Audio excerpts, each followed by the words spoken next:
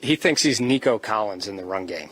I mean, my man will throw himself in there. Happy Thanksgiving, everybody. Bobby Slowik spoke on Wednesday this week because Thanksgiving is today. And he spoke about Tank Dell and size in general amongst receivers. He talked about CJ Stroud and the interceptions last week. Talked about the Jaguars defense and a whole bunch of other good stuff. Here we go. What do you like best about Tank Dell? A lot. But the best I would actually say is he thinks he's Nico Collins in the run game. I mean, my man will throw himself in there with reckless abandon to the point where we have to pull him back. And I love that because he attacks everything the same way. He's an elite separator in the pass game. He's made tons and tons of plays in the pass game, has a lot of speed, and yet still is going to go try to put his hat on a safety in the run game when he's about half his size. Like that to me, that says a lot. That says a lot about how much he cares about the team, what he is, what his character is. And I think that's why he continues to just grow and improve week in and week out through the course of the year. I think that's who he is as a man. Yeah, we've used the comparison of a small dog that thinks he's a bigger dog and he'll fight everybody before. The thing that popped into my brain this time was he's like one of these English guys, these English dudes who wear all these like tight clothes and skinny jeans, even though they're fat like us. Bill Burr did a whole spot on this, and he's spot on. But they wear these super tight clothes, and I've always been jealous of the ability of these English dudes to be super, super cocky despite being fat. Tank Dell's the opposite. Like, he's super, super small and he looks good in any clothes, but he's got the confidence of a huge drunken Englishman. And there's not quite anything as physically confident as that. What was said about his size, like during heading up to the draft and around that time, but it seems like it hasn't held him back at all. Is that what you've seen? Yeah, I mean, there's been some things you got to work through for sure. There's things that I think he has great strengths in, and there's things that we knew that we had to attack as far as, hey, we got to shore this up. And he's, again, kind of like what I referenced in the run game, he's taken that head on, and he's found his own way of being able to navigate fighting through contact, being able to navigate press. How can I make sure that when guys are trying to be physical with me, I can limit that and still get to an edge and still find a way to separate at the top of the route? And, he's kind of, I'm not going to spell any of his tricks, but he's got his own little ways that he's figured out to do that and get that done. And then obviously like a route tree and stuff like that can help offset some of that. But he's made the size issue almost a non-factor. The test isn't just whether he can get off clean. It's that he's still got to get to his route and get to his spots on time in this offense, especially. And I think he's done a great job of that. Another big thing is that, man, just like Mike Tyson or anybody else, you can use your size to your advantage, and you've got natural leverage. And some of the things that he has to do to get guys' hands off of him, they're getting it from a different angle than they're used to seeing it. Those defensive backs are. Yeah, it's a lot more than just grit and want to and toughness and being a fat Englishman. It's a lot of savvy too. Jaguars, what have you seen from CJ, his growth and development? It's a long time since that first game. It feels like a long time ago. Just reviewing the tape of the first time we played him, I would say early on that was one of his better games for sure. But being able, like how he's come along and handling the pocket and handling the things that happen around playing the quarterback position, being able to keep his eyes downfield, deliver really accurate balls in the midst of chaos. Like he's every week he's taking steps. We've seen moments here in these last few weeks where he'll know that there's a free rusher, or maybe he's scrambling to the right and a guy beat his blocker to the left, but he's calm, cool, and composed enough to just take his time, set his feet, and throw, where you didn't see as many examples of that in week 3. You talk about CJ playing the quarterback position and progressing in that way since the last time that you guys played the Jaguars. Beyond the importance of doing those things for the position itself, what does him being able to do a lot of those things, how does that impact you in your job? How does that help you? Yeah, I'd say it instills confidence. It instills confidence in the whole offense, the whole team. Like your ability as a play caller to really, I'll use the words, be aggressive, is heavily predicated on your quarterback, because you could be as aggressive as you want. You're only going to get the right look to take advantage of so many times through the course of the game, and it's all the wrong looks that you still got to be efficient in. You still got to find a way to get 5, 6, 7 yards, deliver an accurate ball. We still got to be good in protection. Our backside, third, fourth in the progression still needs to run a good route. So we have available outlets. And when you see that consistently happen over and over and over again, I mean, it really opens up what you can do as an offense. And that's really in all phases. Like, that's the drop back world, that's play pass, that's keepers, that's really the run game.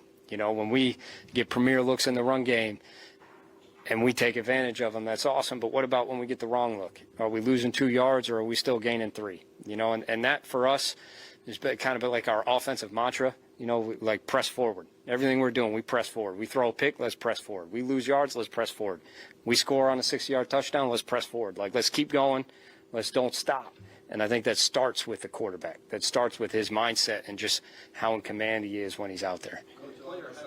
Okay, couple things there. One, as I'm reminded immediately of one of the first things I heard from the offensive guys when Gary Kubiak first took over, which was, you know, David Carr wasn't really used to somebody in his ear always being like, okay, David, get up. We got to go do this. Like, David would be at the bottom of a pile and Kubiak's like pressing forward onto the next play, talking about what they have to do, what personnel groupings they're going to have, all of that. So that part's really cool just to see that lineage, because we all know Kubiak Shanahan.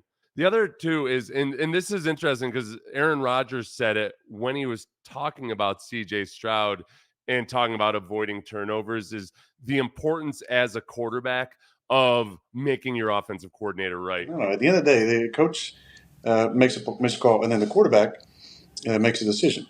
So the coach has an opportunity to put the quarterback in a position to be successful, but the quarterback ultimately has the final say-so on where the ball goes and what decision actually gets made. So I think there's got to be some credit to his coordinator for putting him in a good position. But at the end of the day, CJ's the one pulling the trigger, and he deserves a ton of credit for making accurate throws and being opportunistic and taking care of the football. So, yeah, over time, play callers got to make more good calls than bad calls. But on any specific interception as a quarterback, I think Aaron Rodgers, who's very good at protecting the ball, and I think CJ Stroud both understand that I gotta make this call right. So that's really cool to see. That's the part of, and I know he gets to the CJ's interceptions from last week, which, like anything else in life, were not nearly as bad as you felt like they were at the time. But like, CJ gets that part of it. There's zero part of me that worries that he's going to be a Jameis Winston or a Ryan Fitzpatrick or even a young Brett Favre when it comes to being reckless or careless with the ball. When a player hasn't thrown a lot of interceptions, when you do see a 3 interception day, it kind of jumps out. Is there something about those plays that, you know, maybe you think that you could improve, or can you walk us through maybe some of those? Yeah, I'd say every interception is different. I think every quarterback will tell you, like, if they just list them off through the course of their career, everyone's a little different. You know, there's two I would say, you know, we had good conversations about that have some good coaching points in there that are definitely, I mean, without a doubt, are fixable. And it wasn't all him. You know, there's more in there. We got to clean up some routes. We got to clean up some protections. We got to clean up some other stuff. And then there's one that was unfortunate that we just, you know, it's a rep you need to bank. You know, as far as where you're putting the ball and the speed that you're putting the ball over the middle. You know, like, will it lend itself to being tipped in the air, or how can we help avoid this situation? But there's also, it's definitely learnable, and there's a part of that that's unfortunate also. You know, so I think every interception's kind of its own thing. There's definitely things we can grow from that game, and one thing that CJ's been awesome at through his entire course of time here is he banks reps. And I mean, he has a short memory in that he knows how to move on, but he's got a very long memory in that he does not like making mistakes twice. So Bobby was flirting very dangerously close to this. And the fact of the matter is that Brock did have a good point in that everyone is completely different, especially when you think about a good quarterback's going to throw somewhere between, you know, 3 and 10 interceptions in a year. So they are all different. You can't really even necessarily get a real trend, except every now and then in 2013, there's a very similar trait. When it comes to, I think the one he was talking about in terms of throwing the ball over the middle, obviously that was the one to Robert Woods, throwing it with a lot of velocity. If it's not placed perfectly, those balls do have a tendency to get caromed off and sometimes intercepted. That one was tough because CJ's generally pretty good at throwing to contested receivers in just the right spot where you don't have to worry about that, throwing lower when they're contested. And I felt like that was just a bit of an errant throw in a lot of ways by him. The target to Nico in the end zone, the part that was interesting about that was that he had almost a slight hesitation before he decided to press it to Nico. So two things about that throw. A, if he had thrown it to where Nico could high point it, and it makes more sense then. We're not accustomed to seeing CJ inaccurate when he tries to do something like that. But B, I think there's a really good chance that the running back, and I think it was Singletary, should have continued running after out of his pass protection and been an outlet pass there. So that might have been why CJ had almost a little bit of a hitch in the delivery there, which didn't help with the safety obviously being in a better spot. So yeah, look, every interception tells a story. I'm not overly concerned that these stories are going to become some kind of series of novels or anything. I think the story that the interception to the left sideline may have told was, hey, defensive backs understand that CJ and his receivers are really good at these intermediate outs, and they're going to start sitting on these things, and they're going to start jumping those routes. So what do you do to combat that? Nice time for a double move, right? And I think that's the cat and mouse game this week. What did you maybe see that you thought you could still translate well to the NFL? Yeah, I mean, the first thing you notice with Tank is speed. And I'd say the second thing that really is really incredible for a guy who moves as fast as he does, he has unbelievable snap down. I mean, he can change directions faster than really anyone I've ever been around or seen. Like how fast he gets out of breaks without really losing much speed at all, I think is different than most guys in the NFL. And to the point, I'd say it's elite. And then the rest of it was more the defenses he's going against and the coverages he's facing when he was at Houston. But then he went to the Senior Bowl, and like every question we had, he answered. It was all there against really good players at the Senior Bowl. So to me, once we saw how that translated even against better competition, that kind of told us all we needed to know. And then we met him. And once you meet Tank, I mean, you're sold. I mean, he's about as good of a man as we have on the team. He's really fun to be around. I don't know many people that when he's mentioned, they don't immediately smile. So, that's nice. That's nice to hear. So, snap down, I like that term, and I think his snap down, which I'm using for the first time in my life right this moment, he's got the best snap down I've ever seen. Incredible the snap down on this kid. Now, the part that I think that you need to start thinking about with receivers in the NFL in general, because there's more and more smaller receivers, is that, look, you can't look at size as the drawback when that snap down really only comes with being small. So if you're looking really, once you've removed size as a barrier, now you're just looking for, okay, who can we have on this team that's going to have that kind of snap down? See, I'm an old pro with this term now. Who's got that kind of snap down? It's going to be smaller guys. It just is. There's just physiologically, you can't get large limbs to move that quickly. So they're going to have that. And I think it's going to become less a matter of, well, can a small guy like that be on the roster? And more about like, who's the small guy that we want on this roster? Or teams are going to go out, and just like you hear them say, we need more length. I think there are going to be a lot of teams that say, well, we need a small guy. We need a small guy that can just, give you a whiplash when you're trying to follow him on film. And I think Tank Dell is a pioneer in that regard. Now, I would also say not every small guy obviously can move like Tank Dell. Wide receiver one, who's ever in the game, can be wide receiver one to him. How true to form has he stuck to that? yeah, I think it's both him and the receiving crew we have. We have a receiving core that all of them have unique talents, skills. They're all different, and they're all really good at different things. They have different strengths, and CJ's rapport with them to understand what those strengths are, it plays a huge part of it. But then additionally, I think part of being able to spread the ball around is, like I referenced earlier, when we call play, we may be calling it for number one, but number one's only going to be there so many times.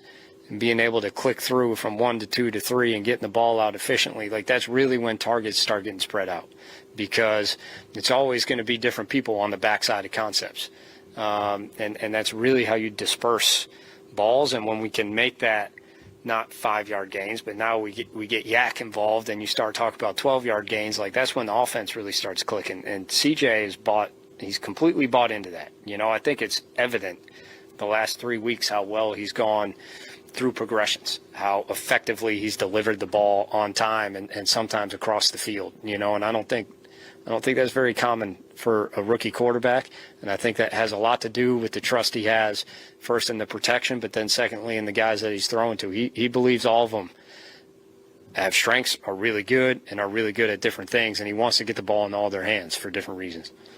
When you talk about him being able to spread the ball out, the first indication I got that, okay, this kid's going to be all right. Okay. One of the first indications I got that he's really, really going to be all right was when Robert Woods went down, because up to that point, I feel like Robert Woods had been the security blanket in terms of dependability, that he could get it to Robert Woods for a first down. He might not be wide open, but he's going to be exactly where CJ expects him to be. And we've seen at various times now, Nico Collins being injured, Tank Dell being injured, Robert Woods being injured, and various other guys stepping up. It's been really cool to watch and see, and that it makes me not worried one bit about how they need to get a number one receiver in here.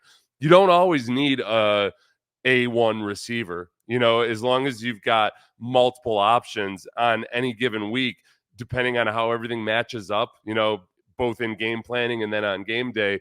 There's going to be a different guy that goes for 150 yards. It doesn't have to always be a number one guy, a number two guy, a number one this. It's just lots of teams have proven that it can be that way, and you can still be a really, really productive offense.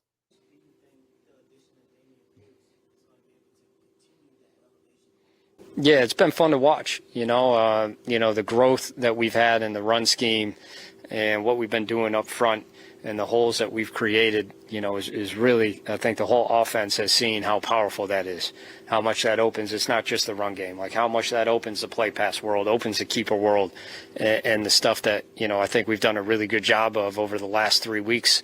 And that's just inspired us to want to do it more. And then Motor, obviously, the last couple games has carried the bulk of the load there at running back. And I've said this before, and nothing's really changed. Like, whenever it is DP comes back, like, we believe wholeheartedly in sharing that load. It's the same at receiver, tight end, everywhere, except quarterback. We want to make sure guys are fresh. And when they touch the ball, they give all they got until they're tackled or they're scoring, and then we roll them when they need air, and when DP comes back, before he got hurt, like, he was making big strides in what we wanted as far as a runner and just getting used to the scheme, adapting to what we were doing, similar to Motor. Like, I'd say they were clicking right around the same time. And Motor's been able to keep playing, and that's shown, and we'll stay on the same track with DP, and we'll make sure both guys are full gas and healthy and ready to go, and hopefully keep growing. Look, Devin Singletary has been really good over the last couple of weeks, and it is important to recognize and realize that he wasn't performing great either when Dameon Pierce got injured. He was performing in some respects better, and it looked smoother, and you wanted to see more of him. But it wasn't just a matter of getting him more carries that caused everything to click. There was a definitive difference in how the offensive line has been blocking. And honestly, the wide receivers have been willing and capable and good blockers by wide receiver standards the entire season. But it took a few weeks for them to really get all the intricacies of it down. So I do expect to see a better version of Dameon Pierce. I still think for a lot of what the Texans want to do, it might end up being more of a Devin Singletary offense, but I'm intrigued because this team has never been like Kyle Shanahan has moved way beyond just being just a zone running team. They always want to be good at the zone running because it does complement the bootleg and it does spread the offense. It does spread the defense horizontally, but they're a lot more than that. They're power running. They try to be diverse. They do a lot of the stuff. They'd like to do a lot of stuff that Dameon Pierce should be really good at. So we're going to see a better version of them. Hopefully it's a fun competition to have about which of these guys is the more awesome running back. But I'm optimistic. I think that Singletary gets more reps, but Dameon Pierce looks more like his old self. Remember, that angriest run of the year came against the Jaguars last year when he broke like 9 tackles. And that was it for Bobby today. I'm Seth Payne. Played in the NFL for 10 years, played for the Texans for 5 years. I do sports radio on Sports Radio 610 from 6 a.m. to 10 a.m. now. Please like, subscribe for Jaguars fans that were brought here by the algorithm. Look, I know you're angry. You're like, hey, Seth, you used to play for the Jaguars. Look, Coughlin kicked me to the curb, and I went to Houston where I was embraced and where I chose to live, and where, honestly, I was a better football player with the Texans. It was a better scheme fit for me. So don't get all huffy about me choosing allegiances, all right? I was better for these guys than I was for you guys. You guys had all kinds of studs out. Just get the hell over it. You got Trevor Lawrence, damn it.